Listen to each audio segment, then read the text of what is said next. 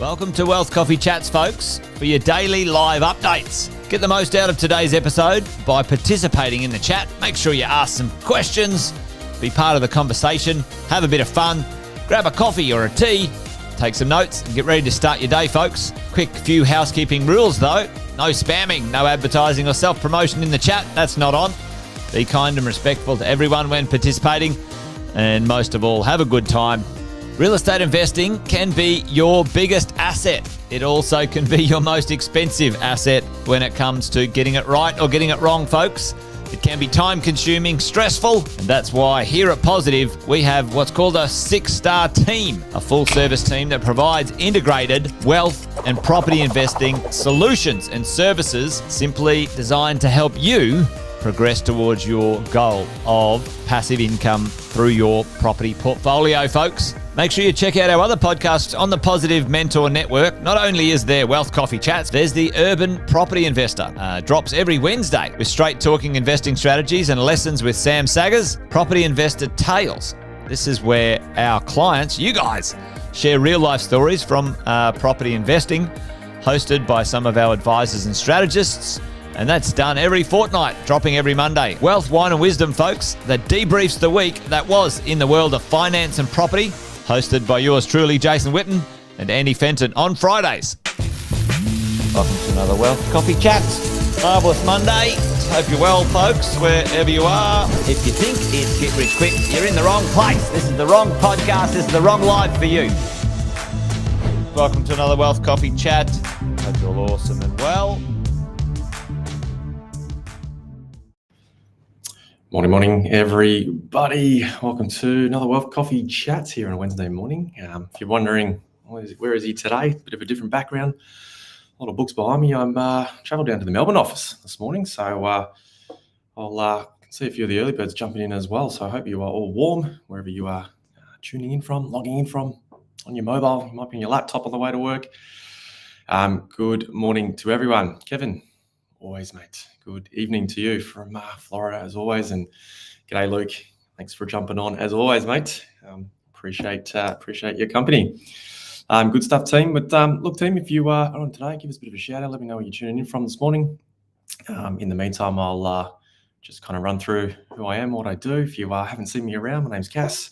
I head up the property management team here within the 6-star team at R&W Positive. And yeah, you need a better coat, Luke. I actually just bought this one, to be fair. It's actually quite warmer than my last one, mate. So yes, you are absolutely right.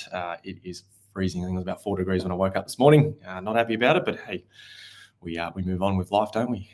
For sure. But yeah, team, if you haven't seen me around, what we do on a Wednesday, about 8:10, we log on. We have a bit of a chat, have some conversation, some commentary around what's happening in the property management world. And yeah, look, another week goes by and certainly some interesting stuff. I think last week we shared some of the things that goes on in the property management world around its own Facebook community and some of the questions and conversation that and I jumped on and said I don't agree with a lot of it, but I was looking for a bit more content this week out of there. But I sort of thought what we do today, because we've been running this for a little while now, and obviously, for those that have been jumping on, sort of what we're about.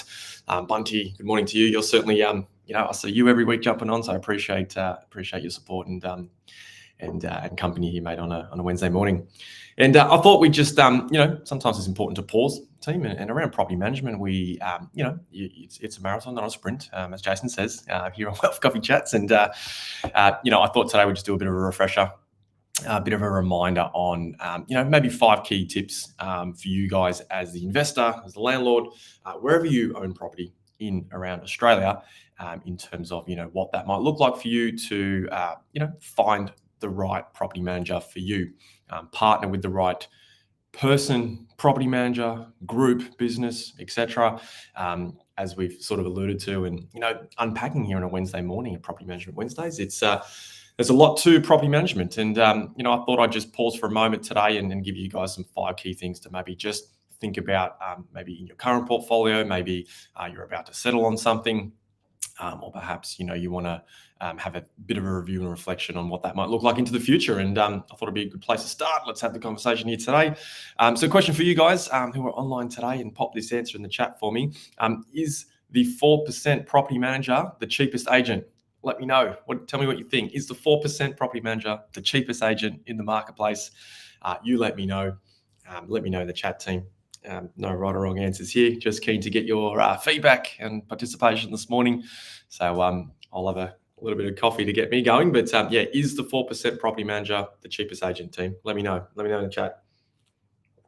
Because why do I ask that? Sometimes we, I suppose consciously or not consciously, select things on price. And I'm not saying price is not important at all. We obviously need to look at that as from a collective point of view. But when you're looking at agents, as Michelle's jumping in the chat there, 3% in Sydney. Yeah, wow, right. So you can find 3%. We can find 4% agents. And on the other end of the spectrum, I've got a situation at the moment up in Brisbane. There's got property managers there charging 10%. I know if anyone's got a property in Perth at the moment, you are probably being around that 9 to 10%, right? And so what I want to allude to today is,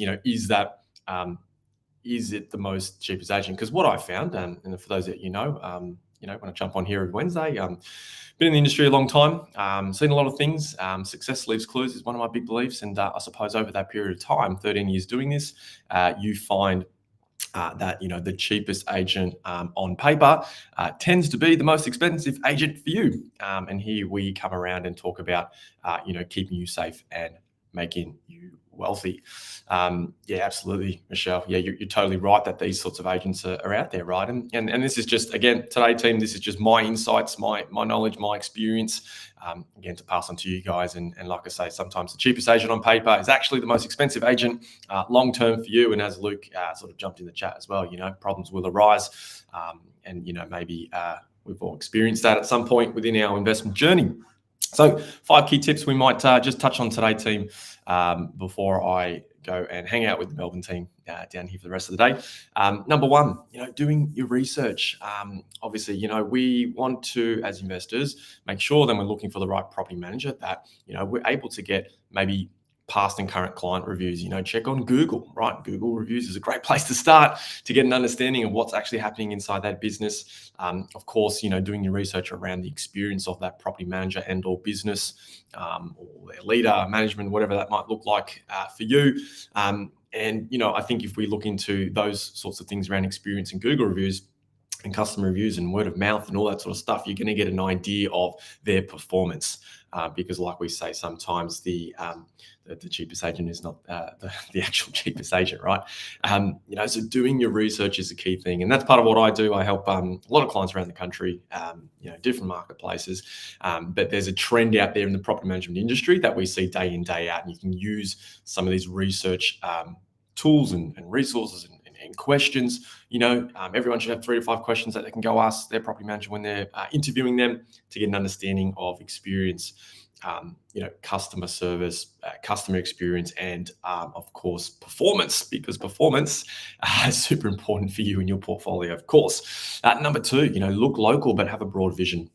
There's certainly agents that are hyper local in certain suburbs, and there's certainly agencies where there's more of a broader take on things and perspective on things. It doesn't mean, one's necessarily, outperforming the other per se, but it's about having that broad vision of, understanding, micro and macro economics as well, and how that affects, vacancy rates and rents, and what that rent growth looks like, and how you're actually going to get rent growth over a period of time. Super, super important. Morning, Chris. Thanks for jumping on. Yes, hope you've got a hot coffee there. I certainly do. This is number 2 for the day for me. So I'm something be bouncing off the walls very shortly, team. But like I said, guys, number 2, look local but have a broad vision. You want to have someone who understands the marketplace. Sometimes I find if we're in, I've certainly met property managers who are pocketed in a particular area, not understanding what's actually happening around them in terms of supply, vacancy rates, and things like that. And we need to be able to, as the investor and the property manager, understanding these sorts of demographics, what's happening in the tenant side of things. Certainly, wanting to have a connection to the area is super critical. Number 3. Portfolio transparency. Now, when I say portfolio transparency, what am I talking about? I'm talking about things like it might be a version of some software, might be in relation to how you guys communicate with your property manager and vice versa. But having transparency on your portfolio, I think as investors, we want to see what's going on at any given time at our fingertips, and we shouldn't have to, a lot of humans like us, where we're all maybe impatient from time to time. I'm certainly one of those people. I just want things now. And, you to make sure that you've got something set up at the moment, some strategy in place, some tech in place, some framework in place to ensure you've got eyes and ears on your portfolio at any one time. So what could that be? You could have some piece of technology understanding where rents are at any given time, accessing all your lease agreements, property reports, entry condition reports, seeing your listing, getting statistics and data from realestate.com. These are the things we want to see and know, because the more information we have on the table, team, we can make better decisions, right? So portfolio transparency, what does that look like in your portfolio today? Maybe that's one thing you guys can reflect and review on today. Number 4, leasing commitment. What do I mean by leasing commitment? Is there a service guarantee in place to ensure that property gets leased in a quick time? Right now, tell me in the chat, team, do you know how long your current agent takes to rent a property out within their business? Right, let me know in the chat. Right, so days on market is super important. Understanding what this property manager and that property manager, right, the 4% agent or the 3% agent, in fact, in Sydney that Michelle's seen out in the marketplace, and maybe the 10% agent out there in the marketplace. Like, are they actually the same agents? And often we find they are not. Right, one can lease property a lot quicker than the other, right? And obviously we know they've reduced vacancy. There's more cash flow back into your pocket as the landlord. So is there a strategy and commitment around that leasing process each and every single time, regardless of whether vacancy rates are at 1% or if vacancy rates are at 4%? Right, because we saw that through COVID, things jumped up, and now we're in a marketplace in most capital cities where obviously vacancy rates are super low. So, adding to that around that leasing commitment, other than just reducing days on market and putting more cash flow in your pocket, we want to look at what is their ability and/or strategy around marketing your property. And we've certainly jumped on, over the last few weeks and or maybe previous months, and spoke about, the 3 to 5 things you can do when marketing your property for lease. Open home dialogue, we've spoken a lot about as well. So there's a few things in there around leasing commitment that I think, certainly if you don't have the answers today or have that information today, it's certainly something to go get from your property management team. And probably the last thing, team, before I go, because my hands are super cold and I need to go warm up in front of the heater, is finding out what they actually do. Again, let's go back to that example of the 3% agent and the 10% agent. That it's certainly real, because we're seeing that in the marketplace today and what we've chatted about as well. Finding out what they actually do. So we're going to go get reviews. We're going to go get some transparency on the property and that communication. We're going to have some broad vision, understand some demographics and some data, but finding out what they actually do, some depth and detail to property reporting, some depth and detail and strategy to the leasing commitment, some depth and detail and framework around how we handle conflict, how we set up tenancies. Because you want to understand team structure, you want to understand their approach to see if that ultimately aligns with you, right? If you have a goal out there to obviously, create a portfolio to create passive income for yourself, that's awesome, right? But the person who's in the driver's seat potentially in your property management team, if they're not helping you get there, then it might be a bit of a challenge, right? Which we obviously spoke about the other week, and challenges are inevitable, but certainly, a lack of strategy is going to take you a lot longer to get to where you want to go. So understanding their approach and their operational process is super, super critical. there's a lot of different moving parts in property management, so I probably have to save that for another topic. But yeah, ultimately, you guys might understand. Find out what they actually do, and it's kind of that conversation of compared to what. What is the 3% agent doing when it comes to entry condition reports, and what's the 10% agent doing when it comes to entry condition reports? Get examples and some evidence, and what you often find are they are two different things, and then you guys can make a better informed decision and assess whether one's actually going to keep you safe and make you wealthy, or if one's going to Luke's point earlier, cause you problems. So again, it's about, I guess overall team, it's, again, are they committed? Do you trust them? And do they care? And then you can apply 5 of these tips around, finding out or finding the right property manager, or working out if you've got the right partnership there to ensure, your portfolio is heading in the right direction. We've got to put all these things together and get it from there. So team, that's the 5 tips I wanted to share this morning in short there. So hopefully that's have helped.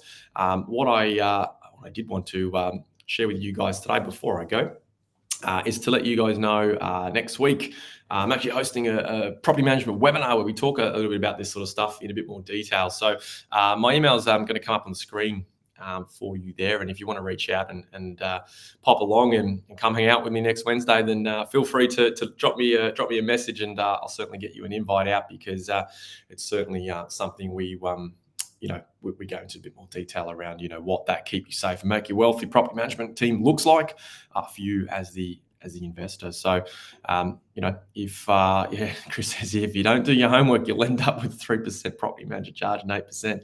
You are 100% right, Chris. You are 100% right.